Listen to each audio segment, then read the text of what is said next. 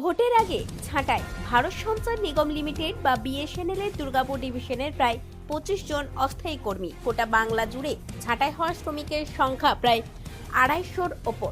কাজ ফিরে পেতে এবার দুর্গাপুর ডিভিশনের এই ছাঁটাই হওয়া অস্থায়ী শ্রমিকেরা অবস্থান বিক্ষোভে বসে পড়ল দুর্গাপুরের বিএসএনএল দপ্তরে। যতক্ষণ না তাদেরকে কাজে পুনর্বহাল করা হচ্ছে ততক্ষণ তারা আন্দোলন ছেড়ে উঠবেন না বলে হুঁশিয়ারি দিয়েছেন।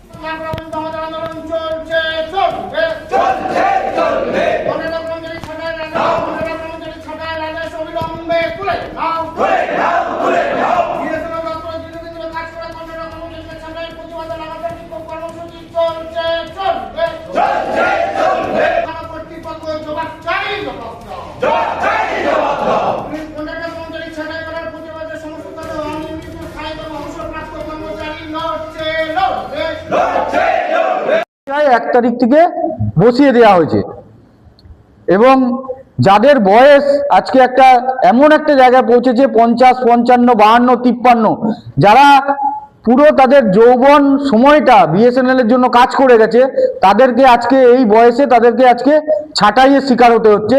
যে বয়সে তারা অন্য জায়গায় গিয়ে কোনো কাজই করতে পারবে না, এরকম একটা অবস্থায় কিন্তু তারা আজকে পৌঁছে গেছে।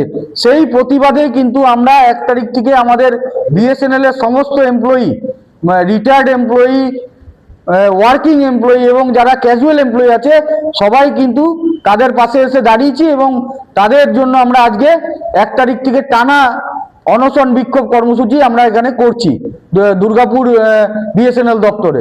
আজকে বসেছি আমাদের ক্যাজুয়াল ভাই আর কন্ট্রাকচুয়াল ভাইরা এবং এমনকি ইলেকট্রিকের ছেলেরা সবাই ওই ভাইরাও বসেছি, এমনকি আমাদের পার্মানেন্ট স্টাফ, রিটায়ারমেন্ট স্টাফ সবাই মিলে একটা আমরা আন্দোলন করছি। যেহেতু আমাদের এই ভাই বন্ধুদের চাকরি চলে যাওয়ার জন্য আমরা খুব দুঃখিত, সেজন্য আমরা লাগাতার একভাবে আন্দোলন করে যাচ্ছি যাতে ওদের কাজটা আবার ফিরে আসে। ওই ভোটের মুখে কর্মহারা এই ছেলেগুলো কোথায় যাবে? তাদের তো ছেলে মেয়ে আছে, বউ আছে।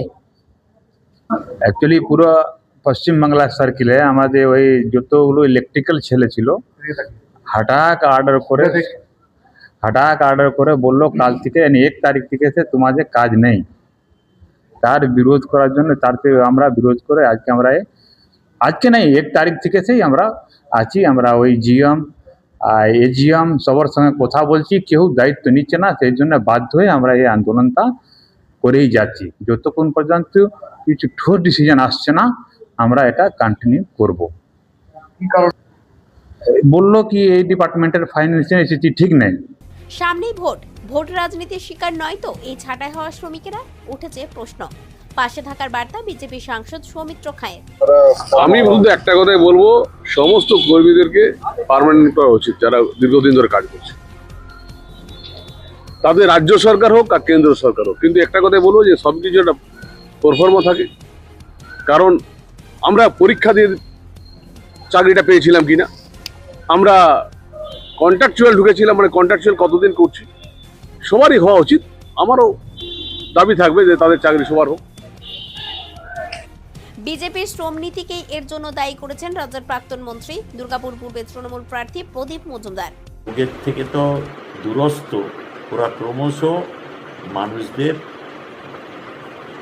কাজ করার সুযোগকে খর্ব করে দিচ্ছে এবং যারা কাজ করছেন তাদের যখন তখন বসিয়ে দিচ্ছে। এটি হচ্ছে ওদের নীতি। সাধারণ মানুষ নিশ্চয়ই এসবের দিকে লক্ষ্য রাখছে।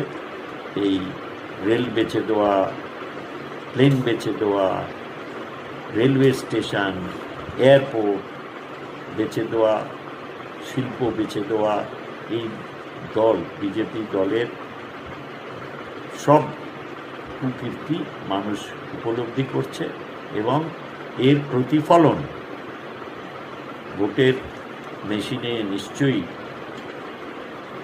প্রতিফলিত হবে। তাই অনুরোধ। সব মিলিয়ে ভোটের আগে একসাথে বিএসএনএল এর অস্থায়ী শ্রমিকদের একাংশ কাজ হারানোয় এখন সংসার কিভাবে চালাবে তা ভেবে রাতের ঘুম উড়েছে পরিবারগুলোর। দুর্গাপুর থেকে অনুরাধা সেনগুপ্তর রিপোর্ট, খাঁটি খবর।